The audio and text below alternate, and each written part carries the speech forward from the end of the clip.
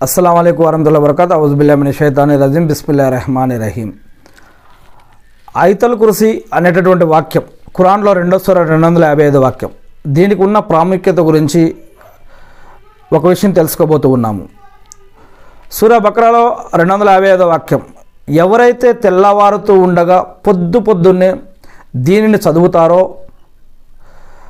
సాయంత్రం అంటే రాత్రి వరకు జిన్నాతుల బారి నుంచి రక్షణలో ఉంటారు అని, మరియు ఎవరైతే సాయంత్రం అంటే రాత్రి దీన్ని చదువుతారో తెల్లవారే పొద్దుటి వరకు వారు జిన్నుల నుండి రక్షణలో అల్లాహ్ యొక్క రక్షణ పొందుతారు అని ఈ యొక్క వాక్యానికి ఉన్నటువంటి విలువని ఇక్కడ చెప్పడం జరుగుతూ ఉంది।